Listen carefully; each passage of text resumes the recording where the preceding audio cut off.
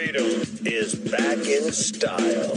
Welcome to the revolution. We'll put a boot in your ass. It's the American way. This is the Sean Hannity Show. Some people say the America we know and love is a thing of the past. I don't believe that. Because working together, I know we can rebuild America. We can revive our economy and create jobs, shrink government and the regulations that strangle our businesses, throw out the tax code and replace it with one that is simple and fair. We can regain the world's respect by standing strong again, being true to our faith, and respecting one another. We can return power to the people and to the states we live in so we'll all have more freedom, opportunity, and control of our lives. Yes, working together, we can and will rebuild the America we love. I'm Newt Gingrich, and I approve this message. All right, Newt Gingrich launched that ad in Iowa. Latest poll numbers show a surge of dramatic proportions now in just the last week and a half. The former speaker, presidential candidate, joins us. You know, I'm very surprised. Barack Obama says that as a conservative, you want dirty air and dirty water and you don't want people to have health care. Why didn't you mention those things in that ad? I know, isn't it amazing the way the left has to run on caricature because they can't debate the facts and they can't talk about the idea that some other model might work better. Yeah, it's amazing. I just figured you're going to come out. I'm Newt Gingrich. I want dirtier air. I really want dirtier water. I want less people on health care. And if that's your grandmother, Paul Ryan's going to throw her over the cliff.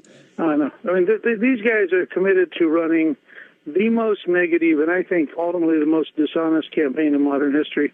And I think they are underestimating the intelligence of the American people. I think that it will. The fact that they're starting this early tells you how scared they are. And I think that they are very likely to just burn out.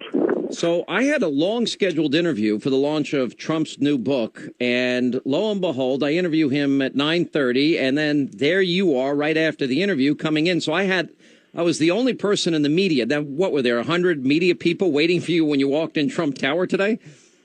There were a lot. I mean, it was sort of a classic New York media gaggle, and it was fun. And Donald came down, and we had a great conversation. One of the things I was there for was to announce that if I do become the nominee, we'll run a 50-state campaign because I think the choice of the best food stamp president in American history in Barack Obama and somebody who wants to be the best paycheck president, Newt Gingrich, that choice would be so clear that it would be fun to run everywhere, not just in the so-called, red and blue stuff. But in addition, I'd ask Trump if he would be willing to create 10 apprentices in one of New York's poorest schools so that young people would have a chance to learn the work habits and the work ethic, and given everything he's done with his show, The Apprentice, and he said yes. So he's going to create 10 apprenticeships in the near future, pick a school in one of the poorer neighborhoods, and work to see if we can't help young people break out of poverty by learning the work ethic and learning how to network and be effective in business. Now, I got there just before your meeting began, and I got a little photo op between you and him in the office, and then you guys sat down for a good period of time, I hear, and he was speaking glowingly about it afterwards. So what else went on in the meeting? What else can you tell us? Look, he is a problem solver. He's a remarkably successful businessman. And one of the differences between the Obama model of killing jobs and my model of growing jobs is I like to go to people who actually know how to create jobs and how to create businesses and get their advice on what needs to be done. And we were walking through a series of ideas that you'll see over the next few months. Plus, he's going to host a debate right after Christmas in Iowa. That'll be fun, and I think will probably be available to a lot of homes. So it was, I'm looking forward to it. I find him to be sort of an original American character. We did a movie, Cliff and I did earlier this year, called A City Upon a Hill about American exceptionalism, and Trump agreed to be in it. He's very funny in the movie. He has great sense of timing.